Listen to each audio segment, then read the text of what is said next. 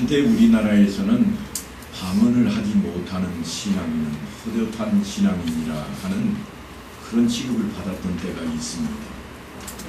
성령을 방언이나 치유나 환상 그리고 예언이나 통변과 같은 희한한 신적인 능력으로 그렇게 생각했기 때문일 것입니다.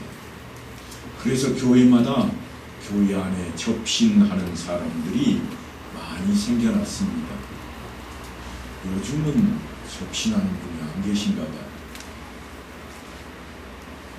우리가 좀 곰곰이 생각해야 될 문제입니다. 왜 그때는 성령이 충만해서 접신하는데 요즘은 성령이 충만하지 않아서 접신하지 않을까? 한 번쯤은 우리가 생각을 좀 해야 될 것 같습니다. 그래서 그때까지만 해도 방언을 배우기 위해서 하늘산으로 보따리 싸가지고 들어가는 인물들이 많았습니다. 학생들은 방학 되면 가고요. 어른들은 휴가 받아서 가기도 했습니다. 물론 시원한 물이 쏟아지는 계곡이 있어서 그러기도 했겠습니다만 그곳에 들어가면 전부 방언을 연습했습니다. 그래서 연습하다가 어느 순간에 딱 터지면 방언 받아서 기쁨으로 내려옵니다. 그래서 사실은 거기를 다녀오면 신앙이 아주 좋은 사람으로 분류되었습니다. 요즘은 거의 없어진 것 같지만 그래도 나이가 지긋하신 분들 마음속에는 여전히 그런 류의 신앙이 남아있을 겁니다. 이런 문제들 때문에 세계적으로 성령의 대가라 그렇게 알려져서 유명한 아서 핑크라는 신학자가 성령의 은사는 초대교회 당시에만 나타난 것이며 오늘날은 존재하지 않는다고까지 주장을 했습니다. 그분이 주장하기를 초대교회는 은사시대요 오늘날은 은혜시대라 그렇게 말했습니다. 그래서 오늘날은 은사가 더 이상 없는가? 그런 이야기가 아닙니다. 이거는 신학자들의 주장 가운데 하나이고요. 하지만 우리나라에도 한때 방언과 접신이 난무했던 것처럼 고린도 교회는 교회 안에 모든 말썽과 문제가 한꺼번에 터져버려서 골치 아픈 교회가 되었던 적이 있습니다. 그것을 바로잡기 위해서 사도 바울이 고린도전서라는 서신을 써서 보냅니다. 왜 고린도전서가 필요했던가 하면 당시에는 아직 복음서가 기록되어 있지 않기 때문입니다. 아직 주님의 가르침에 대한 말씀이 성경으로 기록되어 있지 않기 때문에 그러다 보니까 교회 안에 분파가 생겨났습니다. 그래서 고린도전서에 보면 이런 표현을 씁니다. 나는 바울에게, 나는 아볼로에게, 나는 게바에게, 나는 그리스도에게 속한 자라. 무슨 말씀인가 하면 나는 바울파다, 나는 아볼로파다, 나는 베드로파다, 아니 나는 중립이야, 그냥 예수님파야. 이런 파들이 생겨났다고 하는 거예요. 교회 안에 파가 생기면 문제가 생깁니다. 우리 교회도 마찬가지예요. 우리 교회도 누가 더 좋아 보여서 그 사람 중심으로 하나의 파를 만들고 나는 저 사람은 절대 싫어. 그래서 또 다른 사람 중심으로 파를 만들기 시작하면 고린도 교회 못지않게 우리 교회에도 문제가 생겨버릴 겁니다. 그래서 교회는 하나가 되어야 됩니다. 예수님께서 가장 중요하게 여기고 또 중요하게 여겼던 게 뭔가 하면 하나라고 하는 거예요. 아버지와 나는 하나예요. 그래서 아버지 안에 내 안에 아버지께서 계신다고 주장을 했으며 또한 그 주님께서 우리를 향해 말씀하시기를 내가 너희 안에 너희가 내 안에 거하며 절대로 그렇게 되면 분파가 생겨날 수가 없다고 하는 겁니다. 하지만 우리는 창피한 세대에 살고 있습니다. 똑같은 예수를, 똑같은 하나님을 아버지라 부르고 있지만 대한예수교 장로에만 280개가 넘습니다. 이번에도 총회가 열리는 9월이 되었습니다만 대한예수교 장로회만 해도 280개가 넘는 각 교단들이 총회를 할 겁니다. 거기에 감리교회, 성결교회, 침례교회 각각 분파들이 많이 있으면 무엇 때문인가? 하나님 때문일까요? 사람 때문. 말씀 때문에 그렇게 된 게 아니라 말씀을 지키지 않기 때문에 그런 현상들이 생기게 되는 겁니다. 사도 바울의 이야기를 들어보면 나중에는 더 심각해집니다. 마치 오늘날 교회들을 보는 것과 똑같은 모습이 당대에 있었습니다. 너희 중에 심지어 음행이 있다함을 들으니 그런 음행은 이방인 중에서도 없는 것이라. 그래서 신문들이 대서특필을 하고 TV에 아무개 목사, 아무개 장로, 아무개 집사 이런 것들이 드러나지 않습니까? 도덕성을 상실해 가기 시작했습니다. 아니 무너졌다고 해야 옳을 겁니다. 거기다 스스로 자랑하는 사람들이 생겨났습니다. 사도 바울이 그래서 이렇게 권면합니다. 너희가 자랑하는 것이 옳지 아니하도다. 사람이 자기를 자랑하다 보면 이어지는 게 있습니다. 그게 뭔가 하면 다른 사람을 비방합니다. 그래야 내가 조금 더 나아 보이잖아요. 정치 세계를 들여다보면 하루도 쉼없이 그 이야기들 뿐입니다. 그래야 다른 사람보다 자신이 더 나아 보이기 때문입니다. 바울의 통분하는 마음이 엿보이는데 그가 뭐라고 그러는가 하면 너희는 불의를 행하고 속이는구나. 그는 너희 형제로다. 형제끼리 그런다는 믿지 않는 사람과는 형제가 아니라고요? 아니요. 똑같이 믿는 사람끼리도 교회 안에서도 형제 자매라고 부르다가도 마음에 안 들면 그날부터 등 딱 돌리는 순간 어제까지는 장로님이 오늘부터는 그 장로 좀 심하면 아무개로 바뀌는 거죠. 존중하는 마음이 사라져버립니다. 바로 그러한 때에 하나님께서는 교회를 바로 세우기 위해서 성령의 은사를 사용하시기 시작했다고 하는 겁니다. 바로 그런 때에 성령의 은사가 작동하기 시작합니다. 오늘 우리가 말하는 그런 차원이 아니라 에베소 교회에 편지하는 내용을 보면 이렇게 되어 있습니다. 그가 어떤 사람은 사도로, 어떤 사람은 선지자로, 어떤 사람은 복음 전하는 자로, 어떤 사람은 목사와 교사로 삼으셨으니 직분을, 은사를 하나님께서 베풀기 시작했다고 사도 바울이 그렇게 설명을 합니다. 왜 그랬는가? 뒤에 바로 붙여서 이유를 설명하는데 뭐라고 그러는가 하면 이는 성도를 온전하게 하며,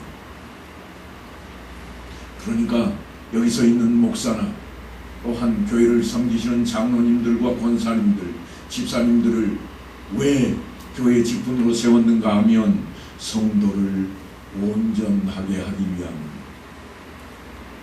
직분 맡은 사람이 온전해라 그런 차원도 있겠습니다만 그보다 먼저 성도를 온전하게 하는 거예요. 그러기 위해서 어쩌라는 건가? 본을 잘 보이라는 겁니다. 앞서가는 자가 본을 보여야 되겠다. 이게 직분입니다. 그렇게 직분을 주심이 그래서 어쩌라는 것인가 하면 그래서 봉사의 일을 하며, 그렇게 대해서 봉사를 하는 겁니다. 봉사는 자신을 위하는 일이 아닙니다. 내 가정을 위해서 교회에서 열심히 일하는 것을 봉사라 그러지 않습니다. 목사가 목사의 가정을 위해서 교회 안에서 열심을 내고 충성을 다하면 그걸 봉사로 말하지 않습니다. 성도를 위해서 열심히 헌신하고 봉사하고, 아니 성도뿐 아니라 대사회적으로 믿지 않는 자들을 향해 손을 벌리고 열심히 헌신하고 봉사하는 것을 이야기하는 겁니다. 그렇게 하는 것을 무슨 일을 하려고 하는 건가 하고 봤더니 그리스도의 몸인 교회를 세우려는 것이라. 그러니까 이 땅에 교회가 있는 것은 두 가지 차원입니다. 하나는 하나님 앞에 영광을 돌리기 위해 교회가 세워졌습니다. 그래서 예배를 드리며 하나님을 찬양합니다. 또 다른 측면으로는 세상을 향해 또한 지체들을 향해 봉사의 일을 하게 하려는 것. 그것이 없어버리면 교회의 존재 목적이 사라지는 겁니다. 그것을 제대로 하기 위해서 성령을 우리에게 주셨다고 하는 겁니다. 오늘 주보를 한번 보시죠. 제목이 뭐라고 되어 있어요? 네, 제목이 좀 희한합니다. 그죠? 그리고 또 다른 보혜사 성령. 제가 이걸 우리말로 바꿀까 하다가 굳이 바꿀 필요가 없겠다. 그래서 그냥 실었습니다. 이게 헬라어를 그대로 번역을 했더니 이런 번역이 나온 거예요. 그리고 그 말은 앞쪽에 뭔가가 있다는 거예요.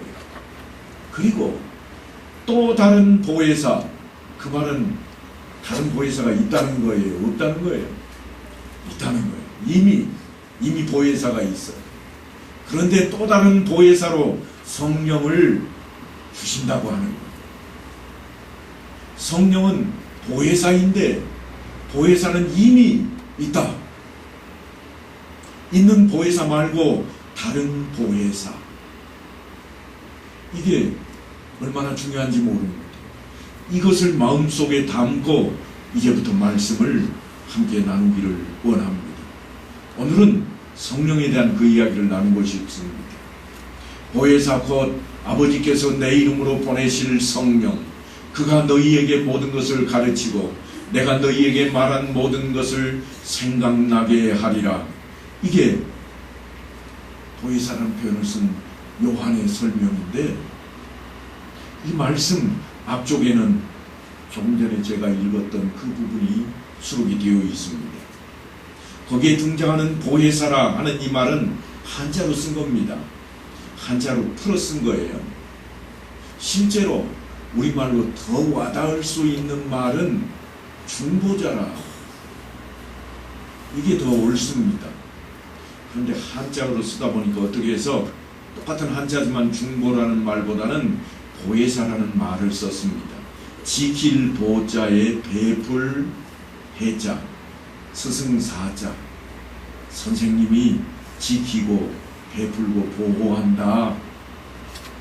왜 이런 단어를 썼을까요? 제자들이 예수님을 누구라고 불렀어요? 선생님이라. 그래서 한자로 번역을 할 때 보혜사라고 이렇게 그것을 해석을 해서 달았습니다.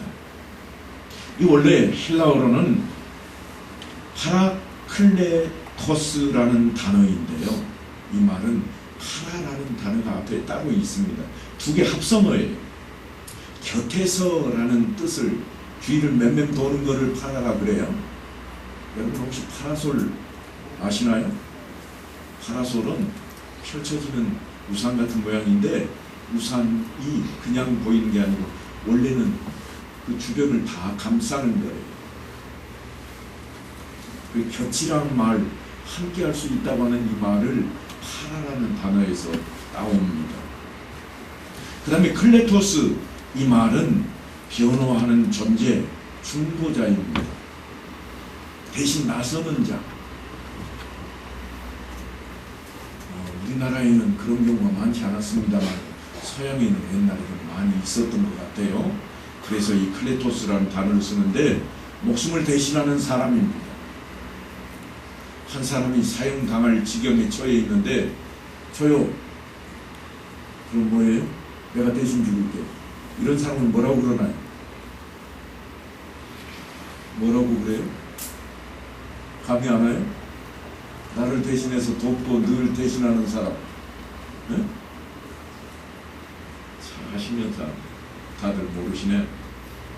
제가 그 직장에 다닐 때 회식 자리를 가면 제 대신 술잔을 마시는 사람이 있습니다. 왜냐하면 저는 절대로 안 마시니까 누군가는 마셔야 된다는 거예요. 대신 누군가가 마시겠죠. 그 사람은 뭐라고 그래? 기사. 그래서 서양에는 기사가 장위입니다. 계급이에요. 신분이에요. 대신하는 사람이 높은 귀족이 되어 있는 거예요. 이런 사람을 뭐라고 부르는가 하면 중보라, 중재라 이렇게 부르는 거예요. 그래서 실제로 중보라고 하는 단어가 다름 아닌 보혜사라고 하는 이 단어입니다. 그래서 우리 교단에서는 예수님을 부를 때 보혜사, 중보자라고 쓰기 때문에 우리가 하는 행위를 중보행위라고 쓰지 않습니다. 흔히 많이 씁니다. 다른 교단에서는 중보기도 들어보셨나요? 많이 들어보셨을 거예요. 다른 사람을 위해 기도한다 그래서 중보기도라 그러는데 우리 교단에서는 주님께서나 중보자가 되시지 누가 중보자가 될 수 있겠느냐, 우리는 보혜사일 수 없다. 그래서 그냥 그 단어를 쓰지 않고 있습니다. 상식적으로 우리가 좀 알고 있어야 될 것 같아요. 이 보혜사에 대해서는 이미 사도 요한이 밝힌 바가 있습니다. 주님께서 친히 자신을 보혜사라고 말씀하신 겁니다. 요한복음 14장 16절에서 17절을 보면 내가 아버지께 구하겠으니 그가 또 다른 보혜사를 너희에게 주사 영원토록 너희와 함께 있게 하리니 그는 진리의 영이라.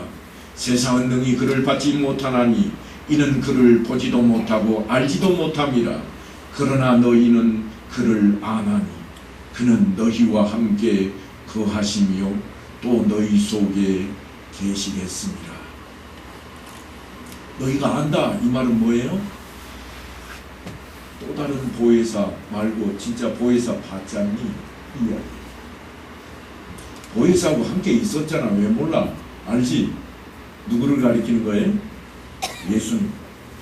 다 알잖아. 그런데 똑같은 다른 보혜사를 보내겠다. 내가 그걸 아버지께 부탁하고 아버지 이름으로 보내게 하겠다는 거예요. 자신 말고 다른 보혜사를 보내도록 아버지께 구하겠다는 겁니다. 그러니까 뒤이어서 오시는 보혜사는 주님께서 육신을 입고 오셔서 제자들과 직접 대면하고 보이시고 함께 먹고 함께 마시고 그저 옆에서 손잡고 돕고 가르치신 그 모든 역할을 이제부터는 이후로는 다른 보혜사. 다른 보혜사는 어떤 보혜사인가 하면 그는 진리의 영이라. 영은 뭐가 없어요? 육신이 없잖아. 성령은 육신이 없는 거예요. 똑같은 보혜사라도 육신을 입고 오신 주님과 성령은 기능상 전혀 다릅니다. 그래서 이제 우리 안에 영으로 오셔서 눈으로 보이지는 않지만 여전히 우리를 도우시며 함께 하시겠다고 하는 겁니다. 이게 성령의 함께 하심. 그럼 어떻게 우리가 알 수 있을까? 그것은 은사를 통해서 우리에게 힘을 주실 겁니다. 은사를 통해서 우리를 이끌어 가신다고 하는 겁니다. 거기에 성령의 은사가 우리 안에 활동하기 시작하는 겁니다. 그래서 이처럼 성령 하나님은 우리와 가까운 정도가 아니라 아예 우리 안에 들어가 계십니다. 언제든지 무슨 일이든지 도우시고 함께 하십니다. 그런데 언제 그렇게 할까요? 예수님을 찾을 때만 그러는 거예요. 주님께서 분명히 약속을 하십니다. 볼지어다. 조금 우리말스럽게 하면 봐라 그런 말이에요. 봐봐. 내가 항상 너희와 함께 있습니다. 언제 함께 있는 거예요? 너희가 나를 믿는 때에. 나를 믿는 것이 하나님의 일이라. 하나님의 일이 발생될 때에 그때 함께 할 것이라. 그 약속을 성령께서 우리 안에서 펼치십니다. 그러니까 주님께서 내 안에 계시는 것과 동일합니다.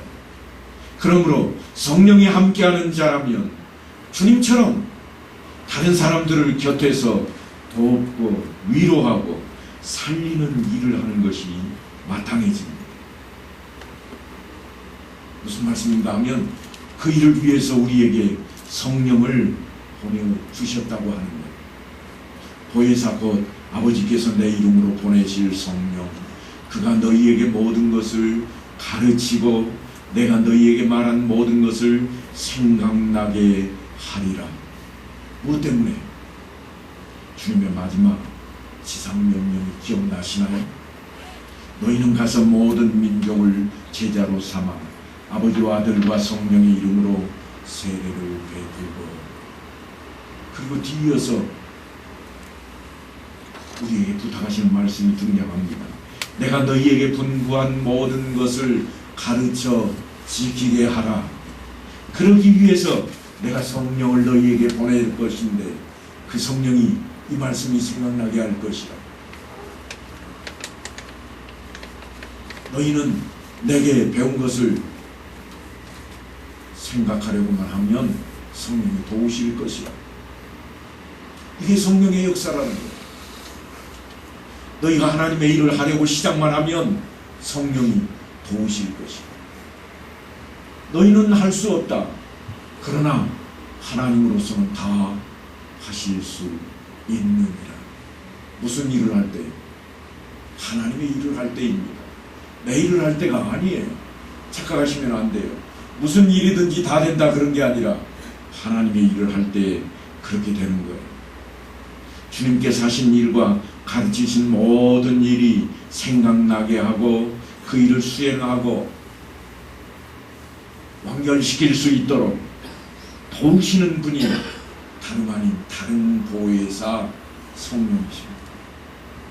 그것이 우리 안에 깊이 들어가 있어야 돼요. 다시 설명을 하자면 이렇습니다. 주님께서 하신 일을 우리도 해야 되겠는데, 주님께서 하신 일이 방언을 가르치신 일이 있던가요? 참 궁금해졌습니다. 왜 사람들이 방언을 하려고 열심을 다할까? 분명히 하나님께서 주신 은사 중에 방언이 있습니다. 방언이 은사 중에 없다는 말씀이 아니라 왜 그렇게 열심히 그걸 하려고 할까? 그렇다면 주님께서 방언을 가르치신 적이 있던가? 곰곰이 생각해 보세요. 한 번도 그런 적이 없으세요. 주님께서는 방언을 가르치신 적이 없습니다. 그러니까 교회에서 가르치고 있는 것들이 주님께서 가르치신 것과 같은지 우리는 좀 깊이 생각해 봐야 돼요.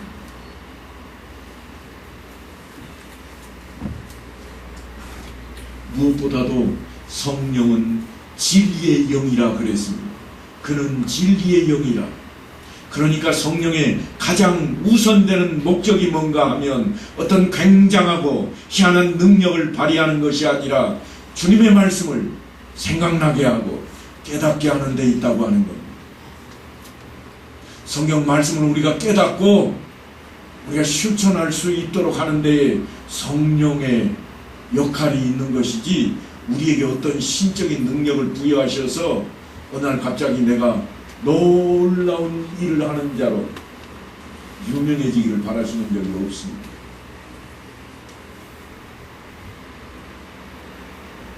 아마 그렇게 된다면 우리나라의 병원은 다 문 닫아요. 왜냐하면 제가 손을 쥐면 다 나올 거잖아요.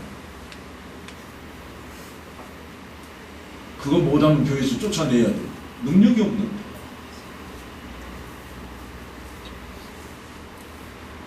그런데 하나님께서는 한 번도 그러신 적이 없어요. 주님께서 틀림없이 제자들에게 하나님의 능력을 주셨고, 그래서 제자들이 나가서 병도 고쳤고 귀신도 쫓아냈습니다.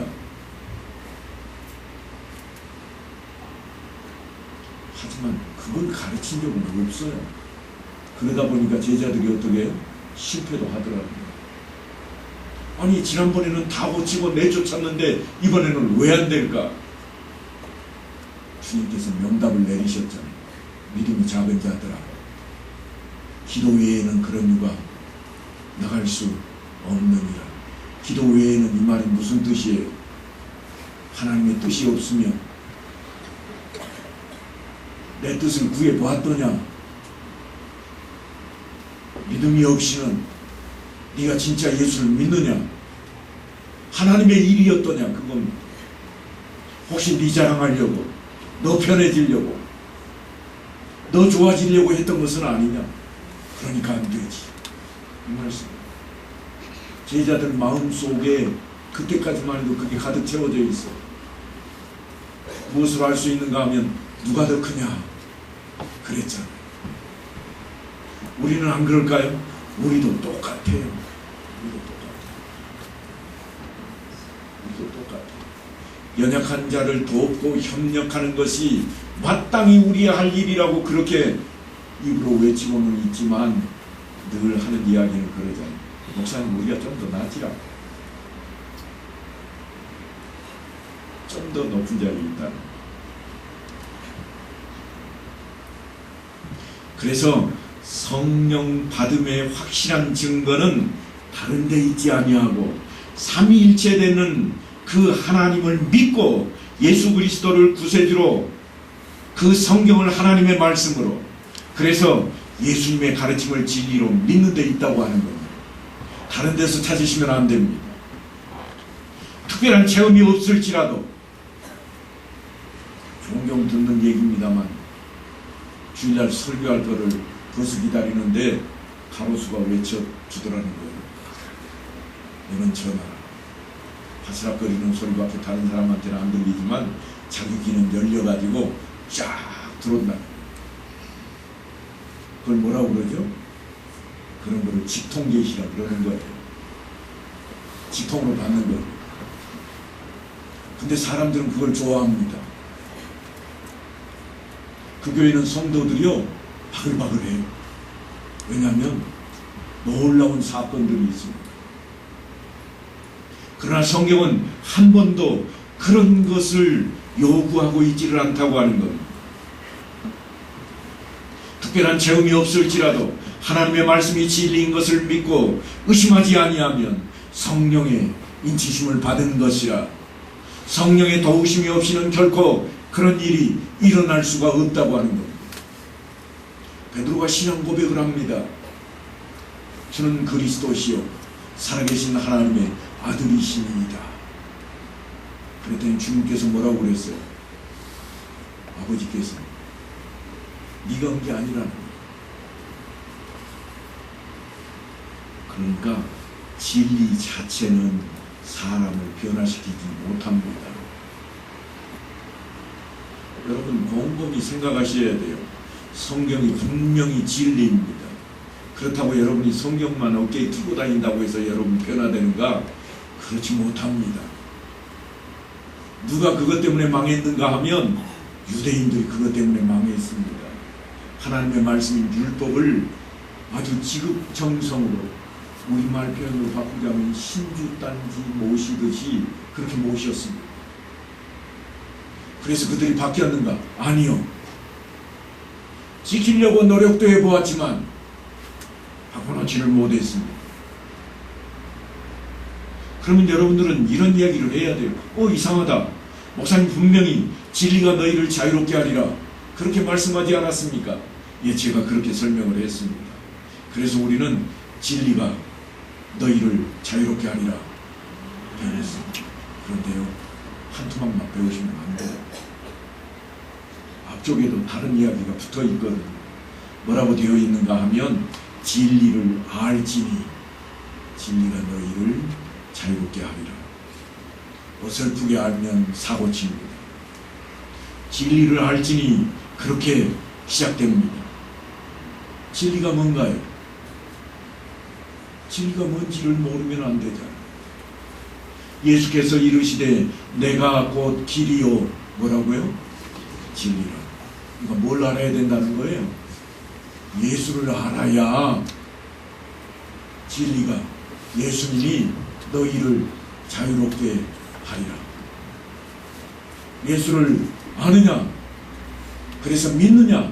그러면 너희를 자유롭게 하리라. 뭘로부터 자유롭게 하는 거예요? 사망, 죽음, 죄로부터 자유롭게 하는 거예요.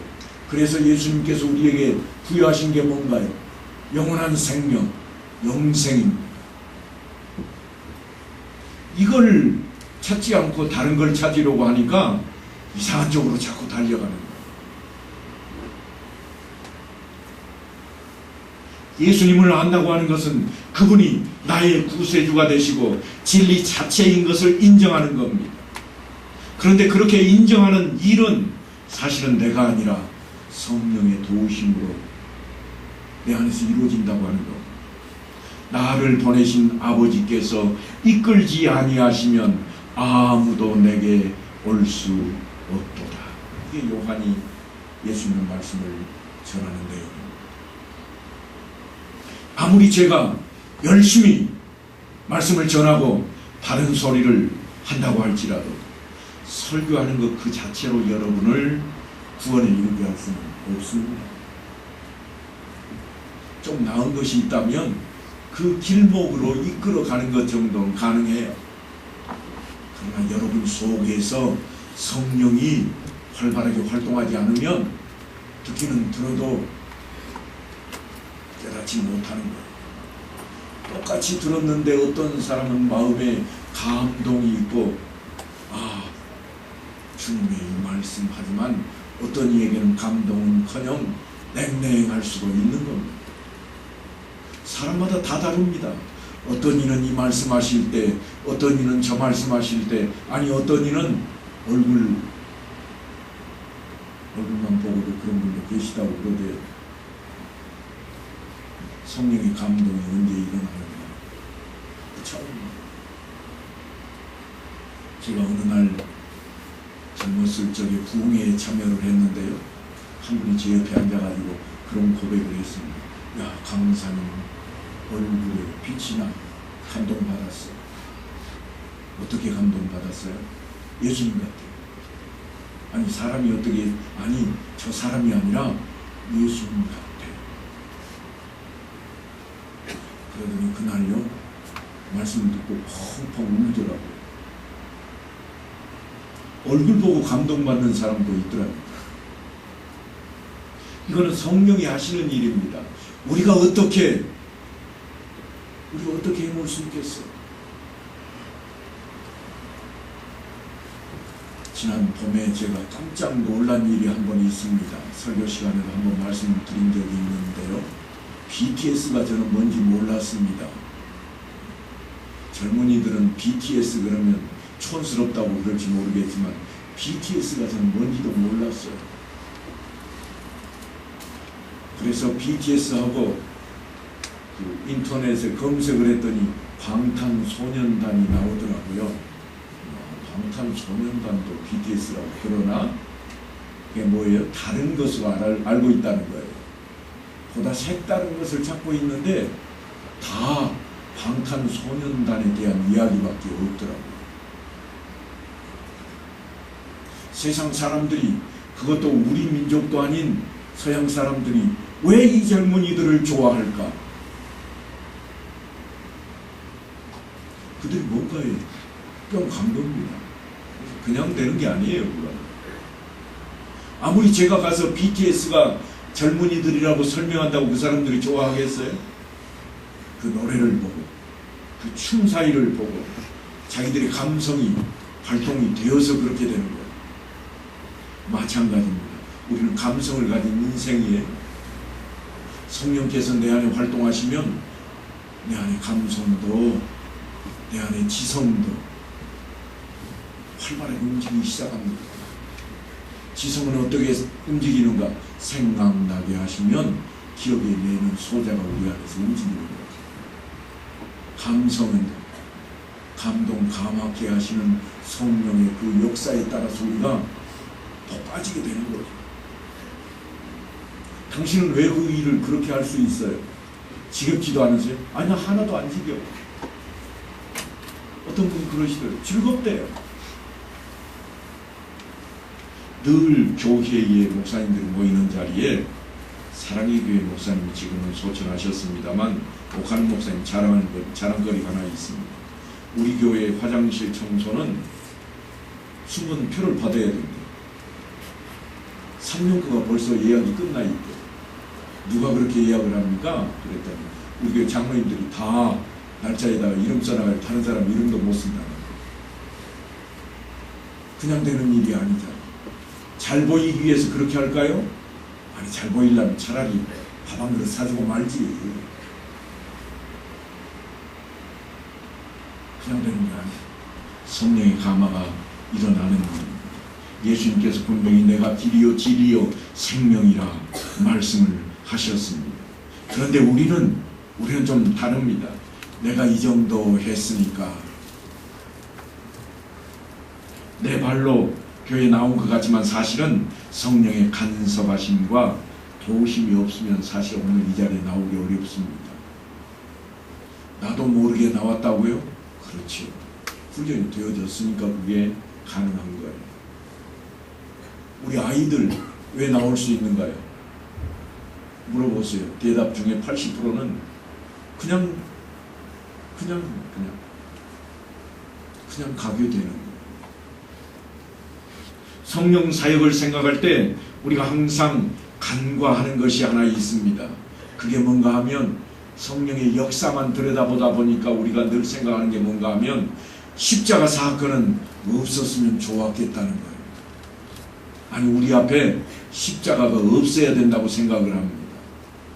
그런데 여러분, 십자가가 없으면 우리는 부활이 없어져 버립니다.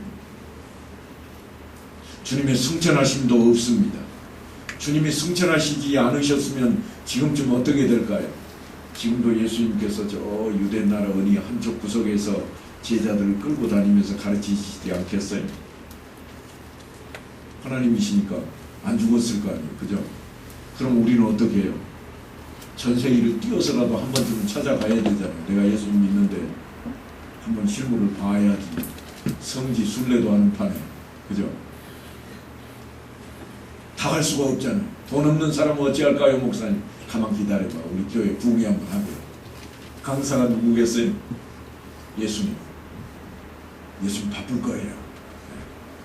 그런데 천만다행으로 십자가 사건이 있었고, 예수님은 십자가에 돌아가셨고, 죽은 지 사흘 만에, 장사된 지 사흘 만에 부활하셔서, 그리고 하나님 우편으로 승천하셔서 우리에게 새 소망을 주셨다고 하는 거예요. 그러지 않았으면 우리는 예수님을 만나야 되기 때문에 눈을 똑바로 뜨고 바로 앞에 계신 예수님을 봐야만 합니다. 그러나 지금은 그럴 필요가 없잖아요. 그분이 우리가 어디에 있든지 항상 너희와 함께 하리라. 오늘 주님께서는 이런 말씀을 하십니다. 평안을 너희에게 끼치노니 곧 나의 평안을 너희에게 주노라. 내가 너희에게 주는 것은 세상이 주는 것 같지 아니하니라. 너희는 마음에 근심하지도 말고 두려워하지도 말라.